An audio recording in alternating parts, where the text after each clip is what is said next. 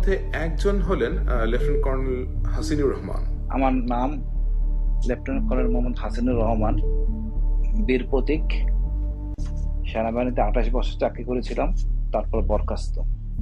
সাবেক সেনা কর্মকর্তা হাসিনুর রহমান এখন পর্যন্ত 2বার গুম হয়েছেন। প্রথমবার গুম থেকে ফিরে আসার পর 2018 সালের আগস্ট মাসে তিনি দ্বিতীয়বারের মতো গুম হন। মিরপুর পিও এজেন্স থেকে তাকে অপহরণ করা হয়। 1 বছর 6 মাস 14 দিন আয়নাগরে বন্দী ছিলেন হাসিনুর রহমান। আমি যেহেতু আগে চাকরি করছি ঢাকা শহরে মিলিটারি পুলিশের। আসসালামু আলাইকুম। আয়নাগর এই নামটার সাথে আমরা বিগত 4 থেকে 5 মাস যাবত পরিচিত। আর এই আয়নাগরের ভিতরের লোমহর্ষ দৃশ্যগুলো যদি আপনি দেখেন তাহলে আপনি কান্না করতে বাধ্য হবেন। কেননা এই আয়নাগরে অনেক নিরীহ মানুষকে অন্যায় অবিচার করা হয়েছে। আপনি যদি তাদের মুখ থেকে কথাগুলো শুনেন তাহলে আপনার চোখ দিয়ে পানি আসতে বাধ্য হবে। সাবেক প্রধানমন্ত্রী শেখ হাসিনা এই দেশ ত্যাগ করার 1 মাস পরই আমরা আয়নাগরকে ভুলে গিয়েছিলাম। কিন্তু বিগত 1 সপ্তাহ আগে ধানমন্ডি 32 নম্বর বাড়িটা ভাঙার পর আয়নাগরকে নিয়ে দেশ দুনিয়ায় আবারও তোলপাড়। কেননা ধানমন্ডি 32 নম্বর বাড়িটা ভাঙার পরে ওই বাড়ির ভিতর থেকে যে লোমহর্ষ দৃশ্যগুলো বেশি এসেছে, ওইগুলা দেখার পরে বাংলাদেশের জনগণ মাথায় হাত দিয়ে ফেলেছে। কেননা তারা জানতোই না যে শেখ হাসিনা কতটা ভয়ঙ্কর। এখন অনেকেরই প্রশ্ন যে এই চেয়ারটা আসলে কি, এটা দিয়ে কি কাজ করা হতো। আপনারা এই ভিডিওটা দেখেন তাহলে আপনারা বুঝতে পারবেন যে এই চেয়ারটা দিয়ে কি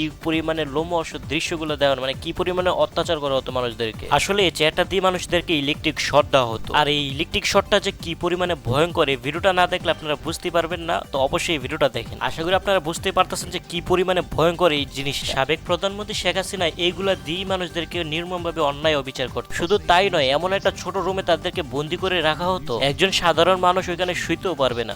ধানমন্ডি 32 নম্বর বাড়ি থেকে মানুষের হাড্ডি পর্যন্ত পাওয়া গেছে। এখন আপনি বলেন এখানে মানুষদেরকে কি পরিমাণে অন্যায় অবিচার করা হতো। আপনি কি একটু কল্পনা করতে পারেন একটা নিরীহ মানুষকে এখানে দিনের পর দিন, মাসের পর মাস, বছরের পর বছর এখানে আটকে রাখা হতো এবং তাদেরকে নির্মমভাবে টর্চার করা হতো। কতটা ভয়ঙ্কর ছিলেন শেখ হাসিনা। তারপর অনেকে বলে যে শেখ হাসিনাই ভালো ছিল। আমি তাদের জন্য মনে করি তারা হয়তো বা শেখ হাসিনার কর্মকাণ্ড সম্পর্কে তারা জানে না। যদি তারা জানতো তাহলে তারা কখনোই এইসব কথা বলতো না। আশা করি আপনাদের এই ভিডিওটা ভালো লাগছে। অবশ্যই ভিডিওটা ভালো লাগলে অবশ্যই লাইক, কমেন্ট এন্ড শেয়ারটা করে দিবেন। অবশ্যই সাবস্ক্রাইবটা করে দিবেন। তো তাদেরকে আল্লাহ হাফিজ, বাই বাই গাইস।